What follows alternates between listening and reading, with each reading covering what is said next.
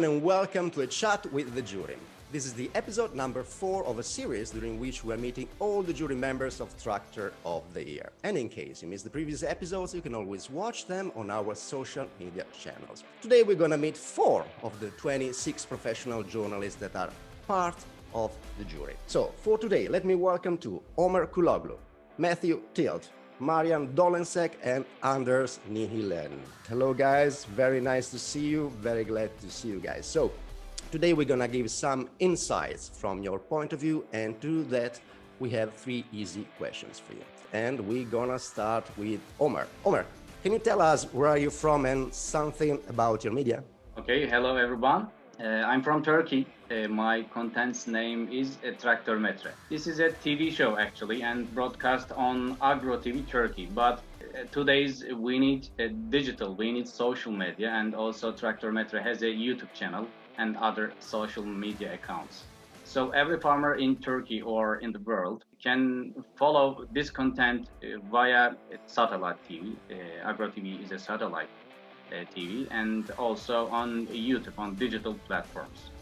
Tractor Metre is a tractor review program, just like car reviews actually. I present it and I mention all information about tractors, engines, designs, cab, transmissions, hydraulics, etc. So every farmers that watch my content can learn everything about a tractor model. They can choose the right one for themselves before buying a new one. That is the summary of my content. Thank you, Omer, and same question goes to Matthew. Matthew, tell us where are you from and something about your magazine. Hi, I'm Matthew Tilt. I'm from the UK, and as you can see, it's unusually sunny here today. I'm machinery editor for Farm Contractor and Large Scale Farmer magazine. We are a subscription-only magazine that goes out to farm contractors and any farm over 800 acres. We have 8,500 readers at the moment, and we recently made the move into the 21st century with a new website and social media streams. So we're hoping to broaden our audience that way. All right, thank you, Matthew. Same question goes to Marjan. Marjan, tell us where are you from and something about your media. Hello, I'm Marjan Dolensek and I'm from Slovenia, and I'm representative magazine Kmetovalec. This is a farmer name. In Slovenia there are only 2 print media in agriculture, one weekly newspaper and our monthly magazine Kmetovalec. Kmetovalec was founded before the Second World War in 1933, and after the pause was reborn 27 years ago. Kmetovalec is a general magazine with the articles of arable farming, livestock farming, economics and mechanization. I am redactor for mechanization. All right, thank you, Marjan. Last but not least, Anders, tell us where are you from and something about your media. Yeah, hello. I'm from Sweden, and I have been in the jury since the year 2000. At that time, we have my magazine Nilehn Technique. That is a magazine that is only about machinery in agriculture. Some years ago, it was year 2013, we start also with web television news for farmers. And that web television is about everything that could interest the farmers in Sweden. And that is a daily program, about 10 minutes long. And we have around 12,000 visitors every day on that one. Thank you, Anders. Now let's fly back to Turkey and let's talk to Omer. Omer, can you give us some insights about the farm sector in your country, such as how big is the average farm there, how many farms do you have, and what are the main crops in your country? Turkey has a land area of 78 million hectares and nearly 24 million hectares arable land. There are nearly 3 million farmers in Turkey, so the average land is nearly 6 hectares. But Turkey has a great potential of agricultural production. So in terms of agricultural output, Turkey in the first 10 countries across the world. At the same time, Turkey is the leader country of the world with production of 70% of nuts, 25% of cherry, 27% of fig, and 23% of apricot. The wheat is the first issue for the farmers, with 19 million tons of annually production. Sugar beet is the second, with 16 million tons. Barley, 6 million tons. For example, corns, 6 million tons. Potato, 4 million tons. Also, cotton, onion, sunflower, pea, rice are the important players for farmers. Turkey is the fifth country producing fresh fruits and vegetables in the world with 55 million tons annually. As a result of these figures show that Turkey agriculture is strong and vibrant thanks to its huge potential. All right, thank you, Omer. And now let's go to UK and same question to Matthew. There's around 149 to 150,000 farm businesses. It depends how you define it. Some figures also put it up to around 162,000. And one thing that's really interesting in the UK is about 65% of these have diversified. So they're not just farming, they're also doing other things, B&Bs, cafes, farm shops. The average size in the UK of a farm is 87 hectares, although as you go further north, so in the northeast, it actually increases to 144 hectares, and the average farm size in Scotland is 113 hectares.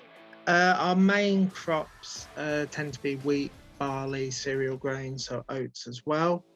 We've got large oilseed rape acreage, although this has obviously dropped in recent years because of various pressures on that crop. And we also have quite a good sugar beet industry over on the eastern side of the country. We grow potatoes and maize as well. And we have a growing soft fruit industry as well, especially down south where we've got some vineyards to challenge a couple of other areas of Europe. All right, thank you, Matthew. And now let's go to Slovenia and let's talk to Marjan. Marjan, give us some insights about the farm sector in your country. Our country, Slovenia, is placed between Alp region, Balkan and North Mediterranean region and has 20,000 square kilometers flat with 2 million inhabitants, and 60% of our area is forestry. We have statistically about 70,000 family farmers who are bigger as 1 hectare, and in average they have 6.5 hectare agriculture area and 5.2 hectares forestry. We have also about 230 agriculture enterprises who has in average 110 hectare agriculture area per enterprise. For family farmers, there are approximately 8,000 professional farmers. This means they are farmers with the workers, employees, or self-employed farmer who are insured as a farmer.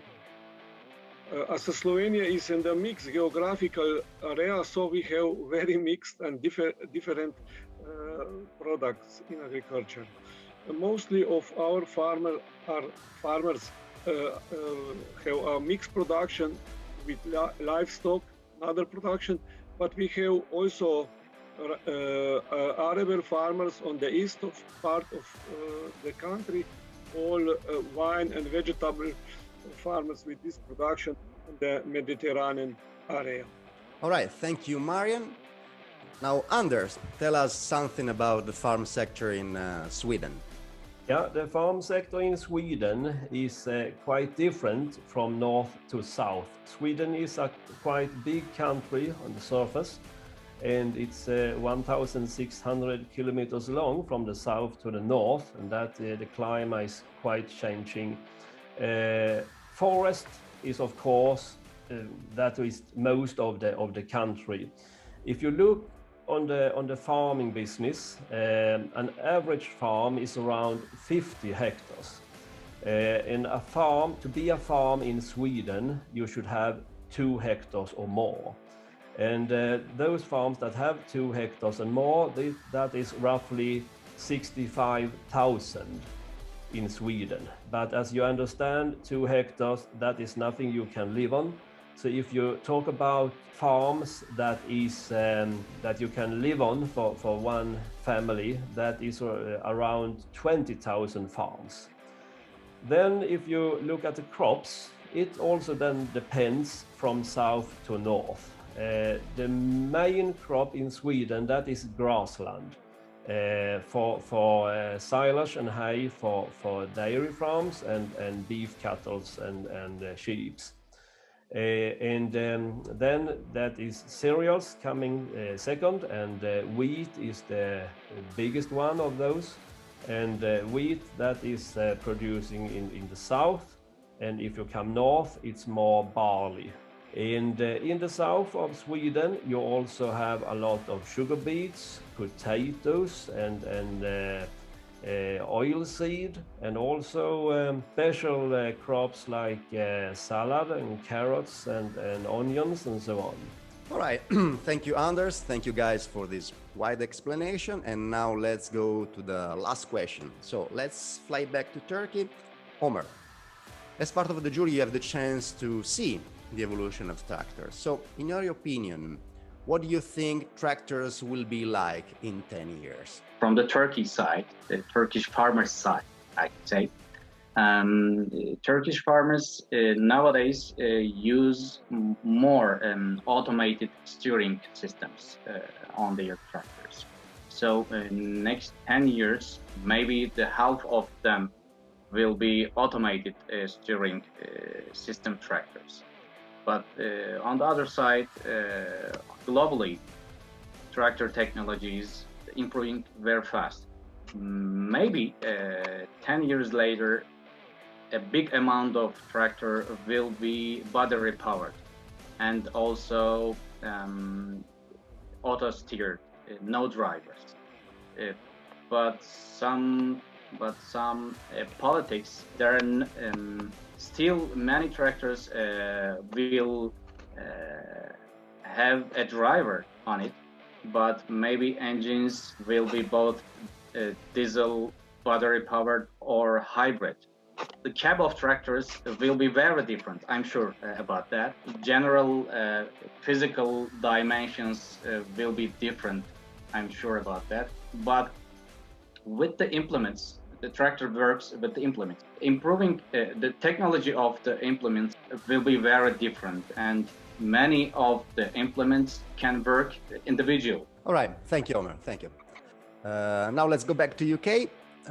Matthew, how do you think tractors will be like in 10 years? I gotta say, I kind of agree with a lot of the points just made. But I think there will definitely be a mix of autonomous, potentially smaller autonomous units, maybe a fleet unit working in certain areas of UK agriculture. But I definitely think there'll still always be a place for a driven tractor. I think sometimes we look at so much technology and we forget that a lot of people actually really enjoy sitting on the seat of a tractor. And I can definitely see that there will always be a market for a driven tractor, perhaps in larger arable units that will justify the size and the cost of a large driven tractor. I think the more definite, the easier thing to place is the move to alternative fuels, so battery power, potential gas power as well. We've obviously seen some examples of that in the recent past, and that will come along with greater focus on the environment. The autonomous side is definitely tricky when it comes to legislation, which I think the automotive side of the industry is seeing already, and we know how much tractors are ending up on the road now, how much that is split between field and road. So that will be a major stepping stone that we'll have to tackle in the next 10 years. But yeah, I think we will continue heading in the directions that we've already seen. Greater automation, greater levels of autonomy, whether that's someone using various screens and technologies in the cab, or whether that's tractor controlling itself, and then a combination of fuels going forward. All right, thank you, Matthew.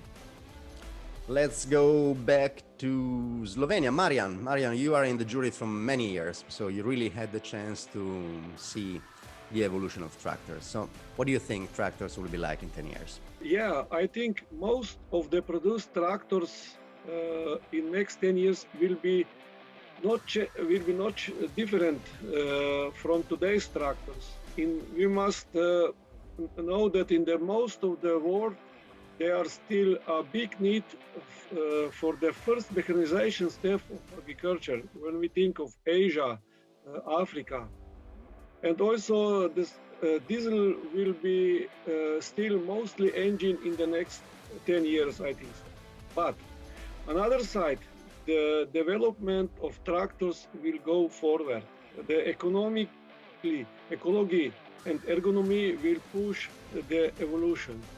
Only one example, all connectivity via 5 or 6G and Internet of Things will be standard of the day by in new produced professional tractors in the development countries in next 10 years, I'm sure. All right, thank you, Marjan. Let's fly back to Sweden. Anders, you are also a kind of an old jury member, let's say. You are in the jury since the year 2000, so you really had the chance to see the evolution of tractors. Tell me, what do you think? How tractors will be like in 10 years? I think that it's going to be more or less that we see today. All those new things with autonomous tractors, with some new energy possibilities like electrical engines and nitrogen engines. I think this is going to continuing side by side with the normal evolution of tractors. That means more efficient engines with diesel and more efficient transmissions than we have today. So I say that in 10 years from now, it's not going to be so much different from today. It is a rather conservative world. The farmers, like the other jury members said before, a lot of farmers, they want to sit in the cabin and drive the tractor on themselves like they have done before. And I think it's going to be slowly changing all those things that we see today. I don't see something extremely new coming up in 10 years. All right, thank you, Anders. Thank you, guys. Probably we can say that this is going to be a real evolution. It will take the time that it needs, so it will not be a revolution. Thanks for your time. Thanks for this general overview, which was very interesting from very different perspectives and different point of views. Now, before we get to the end, we have a little surprise. Today, our colleague from Greece, Teodoro Sdroulias, was supposed to be here with us, but unfortunately, he could not make it. Nevertheless, he managed to send us a short video. So let's watch it. Hello, my name is Teodoro Sdroulias. I'm the editor of the magazine Agrotorama, and I have been a producer of TV shows related to farming for more than 25 years. Moreover, I'm a committee member of the Tractor of the Year. The Greek economy is mainly based on farming, on animal husbandry, as well as on tourism. The main crops in Greece are wheat, barley, cotton, corn, processing tomato, herbs, and vineyards. Additionally, there are many orchards producing chestnuts, walnuts, apples, pears, and peaches. As a committee member of the Tractor of the Year, I have to point out that the technological development is very high in every agricultural sector. And I think that there will be tractors without drivers at the next decade. There are many universities and companies all over the world that build autonomous vehicles, or in other words, they build robots. I know personally that the Department of Agriculture and Agrotechnology of the University of Thessaly at Larissa develops technology for robots for agricultural purposes. Okay, thank you to Teodoro Sdroulias for this interesting video full of information about the farm sector in Greece. So, here we are. This is the end of the episode number 4 of a chat with the jury. So stay tuned to meet all the other jury members and stay tuned to find out all the news about TOTI 2022. Thank you.